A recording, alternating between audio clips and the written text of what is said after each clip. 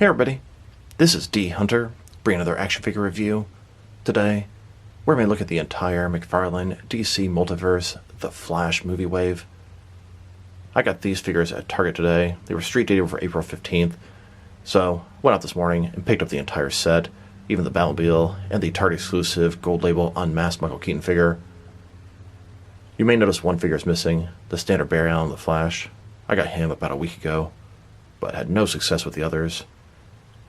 In front of you, we have the Dark Flash, the Affleck Batman, the Micheal Keaton Batman, the Unmasked Gold Label Micheal Keaton Batman, Barry Allen in a repurposed Batsuit, Supergirl, the Batcycle, and of course, the most notable one, the Batmobile.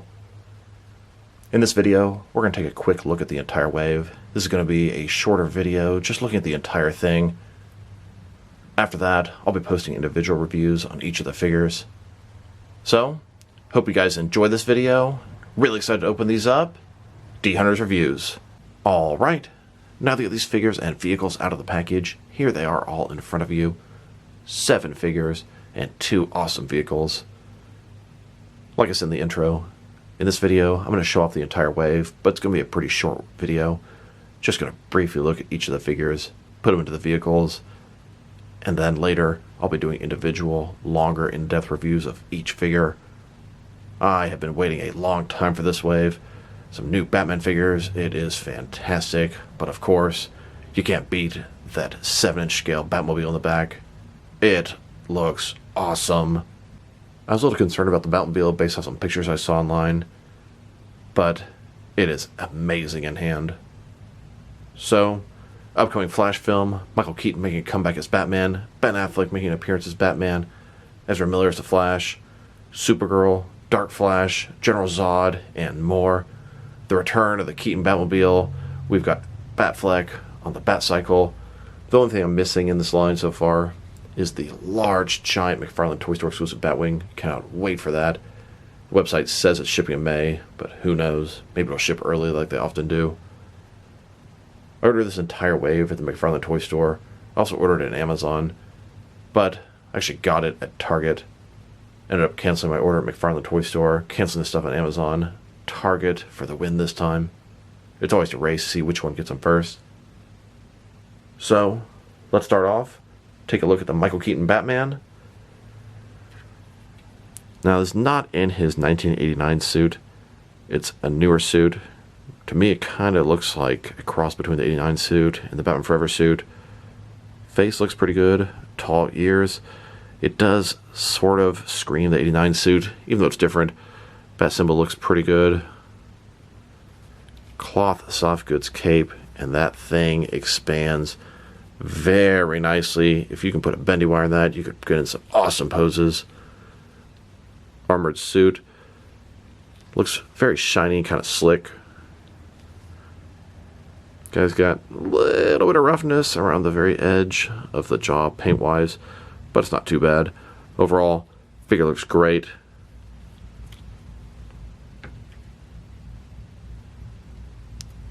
Next, here's the unmasked version of the Micheal Keaton Batman.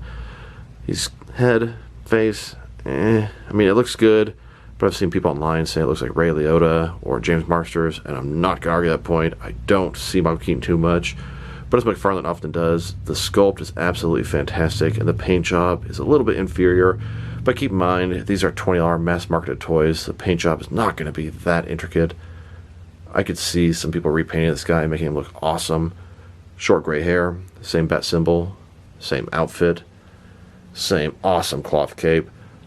McFarlane gave these guys cloth capes so you can put them into the Batmobile, which is a very smart decision. I was wondering how they'd handle that.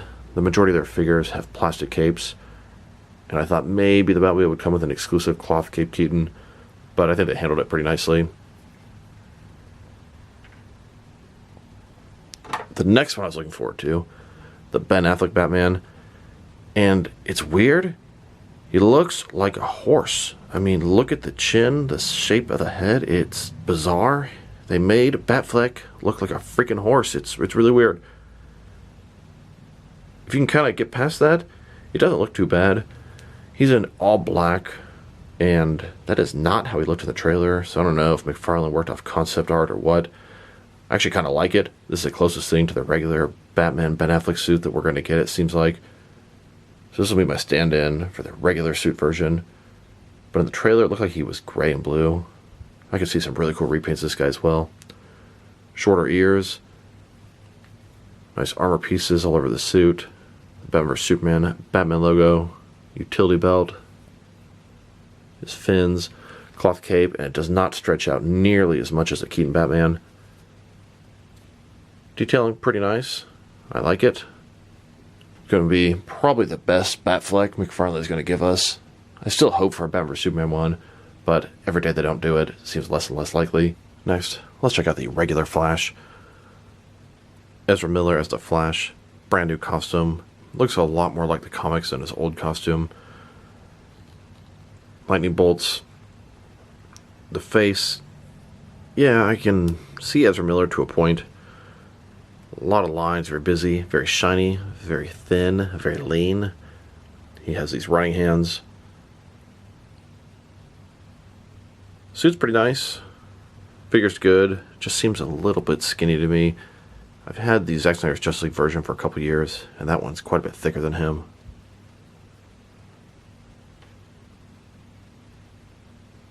Come on, buddy. Let's fix your feet.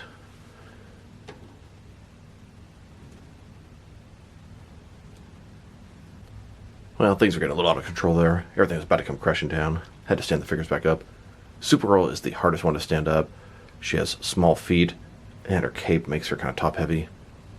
Alright, next figure. Let's look at the Barry Allen Flash from the '89 universe. Now, it's a really weird-looking figure. Looks like some sort of Chinese bootleg where they took a Batman figure and just painted over him. But that's pretty much what it is in the movie.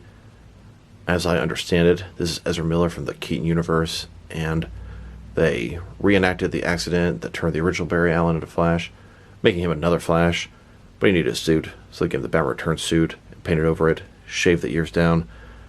It looks cool. You can see the lines on the cowl, shaved down ears. There's the bat symbol, but it has the Flash symbol painted on top. It looks so weird. He's got the bottom part of the cowl. That is why it looks like a Chinese bootleg. The armor parts down here from Batman Returns. It looks good. It's a very unique, interesting idea and design. Now, I've seen some people online talk about repainting this guy and making a Batman Returns Batman, and that's a cool idea, but he seems a little bit too thin and lean.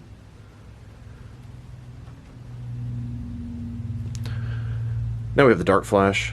I don't really know much about the Dark Flash's role in the film, but he's going to be one of the villains. Kind of hope he's not the main villain, but we'll see. We also know General Zod's in the movie. I'm assuming this is going to be played by Ezra Miller, but I don't actually know. He kind of reminds me of, I think it's Haunt from Spawn, just all this stuff coming off him. Kind of like Carnage or Venom. He's got, I don't know, it looks like almost a scar down his chest here. He's screaming, he's angry, his head has all these spikes, and I don't know what that stuff is coming off him all over the place. Kind of reminds me of those little creatures from the Suicide Squad movie, the first one. It actually looks pretty nice. Ton of good detail. Definitely curious about his role in the film. And finally, here's Supergirl. Neck is rather long. I don't know if this is a giraffe version of Supergirl. Not really impressed with the face. Hair's okay. Figure feels kind of thin, especially the arms. Seem maybe a little bit long as well. It's going to be cool to put her next to the Henry Cavill version of Superman. Long cape. Texturing on the suit. It looks good. I just wish it would have been Henry Cavill instead of her in the film. Now that we've taken a look at the entire wave of figures, let's check out the vehicles. I know, that's what we're all waiting for here. Now let's check out the Batcycle. Yes, I'm going to save the best for last, the Batmobile.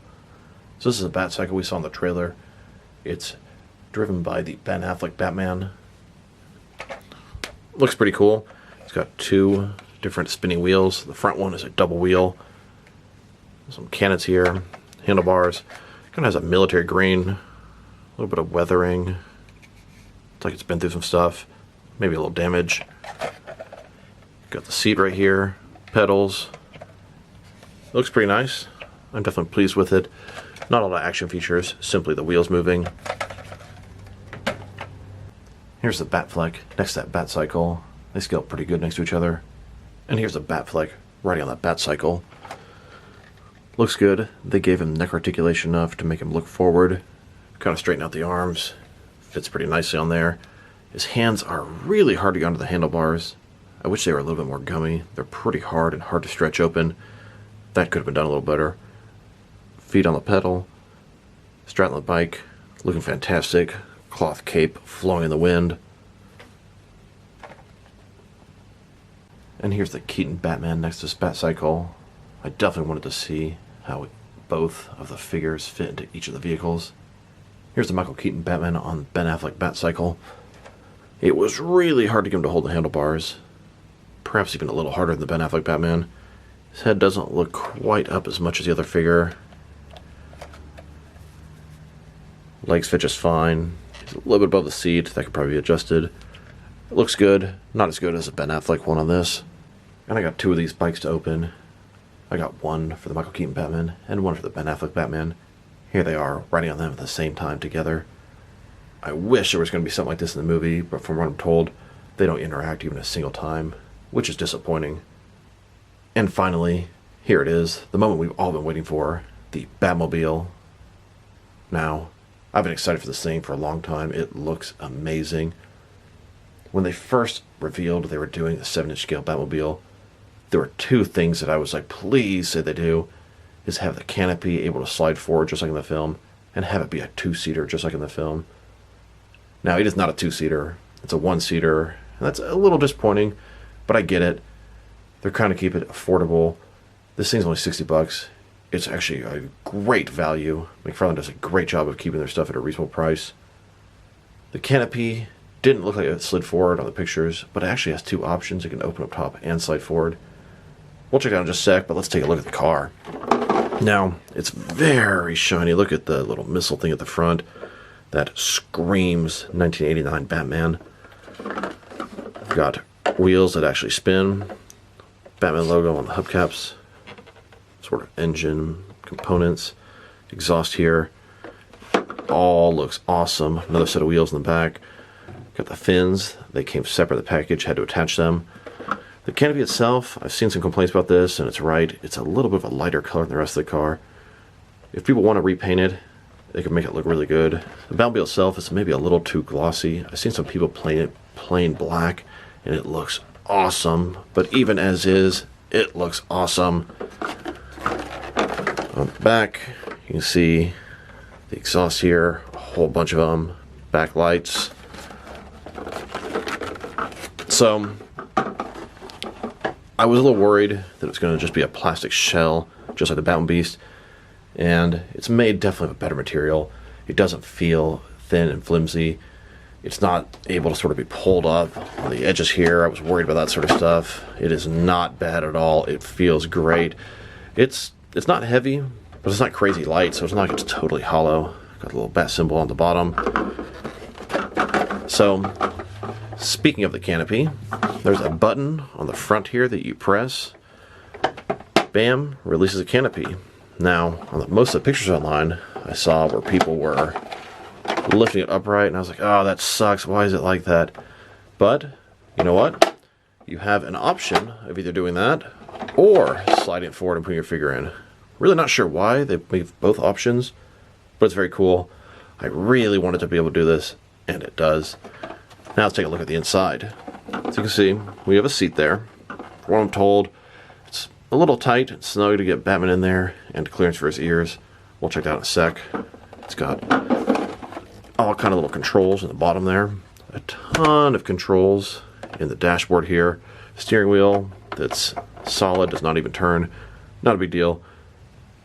Thing looks great. Best Batmobile ever. This version of the Batmobile is just so iconic. It is one of the most recognizable Batmobiles out there. I was 5 years old when the '89 film came out. It's always been very influential in my Batman fandom. Just look at it. And yeah, it's not perfect. The canopy is a little too tall. It's not a 2-seater. But you know what? They kept it affordable. It is amazing and a great bang for your buck. Good value, great detail. I think it's getting 2 thumbs up for sure. Here's the Flash movie, Keaton Batman next to his Batmobile. So, slide the canopy forward. Batman, get ready, get inside. So upon first glance, I get him in there, and it's like he doesn't even fit. Put him in there, try to slide the canopy back, and his ears are kind of in the way. Looks like he's sitting in there just right, though. But you gotta kind of really push him in there and slide his head back. It's not the easiest thing to do. It almost feels like I wish his feet would go in there just a tiny bit further. Long story short, gotta get him down up in there. If you need to, yeah, you can turn to the side, pull him out. But there have been a few times I've been able to sort of just get him back there without bending the ears. It works. Slide the canopy back. Bam. There you have it. Batman in the Batmobile, 7-inch scale. So there you have it. McFarlane's The Flash, or 1989 Batmobile. It is awesome. Yes, it's not perfect, and I get that. It's a little bit underscaled compared to the figure. The canopy is a little bit too light. It should be a 2-seater, although I haven't actually seen the Flash film. Maybe it's a 1-seater in the film. As you recall, the Batmobile got pretty destroyed in Batman Returns, and they replaced it in Batman Forever. So this is probably a rebuilt version, but I can't imagine it's not a 2-seater in the film. It's also a little bit rough to get Batman in there, but that's pretty easy to get around. It's no problem at all. This is probably the best Batmobile out there.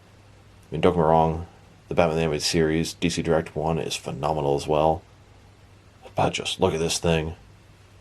And speaking of, here's that DC Direct Batman the Animated Series Batmobile next to McFarlane 1989 Batmobile. I'd say with complete certainty these are the 2 best Batmobiles out there. And there are still several other really nice ones. Now, I'm not going to compare it to any more right now. I'll go crazy with those comparisons when I do the Batmobile video. Here's McFarlane's Batfleck from The Flash next to his Batmobile. Here's the Ben Affleck Batman in this thing. Now, it's definitely harder to get him in. It's not meant for him. His legs are a little bit bigger, thicker. It's kind of harder to put him in. Slide him down in there. It feels like I wish he would just go a little further in. His head has to kind of lean back to fit behind there. It doesn't look too terribly awful, but not as good as the Keaton in there. Of course, canopy slide shut, no problem. And I personally was really curious how the NECA 1989 Keaton Batman would fit in this thing. I love this NECA Keaton Batman figure. It is fantastic. So, take the Batmobile, slide the canopy forward, and you know what? I'll be damned. Match made in heaven. He looks better with the original suit. He fits better. This Batman figure is just a tiny bit smaller, but he fits in there perfect. Slides in a lot easier. Ears have complete clearance of having to lean him back. Wow, I can't believe it. It is like it's meant for this figure. Now I wanted to check out some quick comparisons. I'll save the in-depth comparisons to my individual videos. Obviously, here's the Keaton Batman. And here, next to the unmasked version, here he is, next to NECA's 7-inch scale 1989 Keaton Batman. Then, next to the recent Mezco 112 collective version, here's the Ben Affleck Batman from The Flash, next to the Ben Affleck Batman from Zack Snyder's Justice League. Here are all 4 of the movie Batman figures McFarlane has made so far. Micheal Keaton Batman, Christian Bale Batman, Ben Affleck Batman, and Robert Pattinson Batman. Rumor is, there's an upcoming 6-pack that's going to give us a Val Kilmer and George Clooney Batman, but we're still going to need Adam West in this scale, and that is why I'm so happy to have the NECA 7-inch scale Adam West Batman. Here are both these new Flash movie figures, next to the Ezra Miller Flash from Zack Snyder's Justice League. Totally different costume, but overall, he's just a bigger and thicker figure. And here they are, next to the Rebirth comic Flash. Here's the movie version of the Dark Flash, next to the comic version from Speed Metal. He definitely reminds me of this McFarlane Spawn Hunt figure. Here's the Flash movie Supergirl, next to McFarlane's Injustice 2 Supergirl. And finally, here she is, next to McFarlane's Henry Cavill Superman. So overall, it's a fantastic wave. I've been looking forward to this for a long time, and it did not disappoint. The car is amazing. Great value, great bang for your buck. Looks fantastic. Batcycle also really cool. Keaton Batman, great. Ben Affleck Batman. His jaw shape and face, a little weird, but I like him a lot. I like him better than the technical suit Batman. But it is odd they just nailed Ben Affleck's chin on the tactical suit Batman, but kind of butchered it on this version of Ben Affleck. Supergirl, she's kind of disappointing. I'm not fairly fond of her face, and her neck seems way too long. Flash looks good, a little thinner than I'd like. Flash in the Batman Return suit, it's just weird, and because of that, I like it. Just makes you think of a Chinese bootleg figure, just where they took an old Batman mold and just painted Flash on top of it. But that's more or less what happens in the film. And there's Dark Flash. He's just all kind of weird. Very intricate sculpt, but either him or Supergirl are definitely my least favorite of the wave. Of course, Keaton Batman is the number one. Then we also have the unmasked Keaton Batman. I can see the sculpt there. A repaint would really bring that out. Can't wait to dig in deep to each of these figures, but I really wanted to put something out there real quick. I think the next video I'm going to do is going to be an in-depth look and comparison of the Batmobile. It is just awesome. So this is D Hunter. Thank you guys for watching this video. If you liked the video, press like below. If you have any other recommendations of which figure to do first, it's either going to be the Batmobile or Keaton Batman, but I think I'm going to do the Batmobile first. If you have anything you want to say with the video, add to the comment section. If you liked the video, press like below. Once again, this is D Hunter. Thank you guys for watching this video, and I will talk to you guys real soon.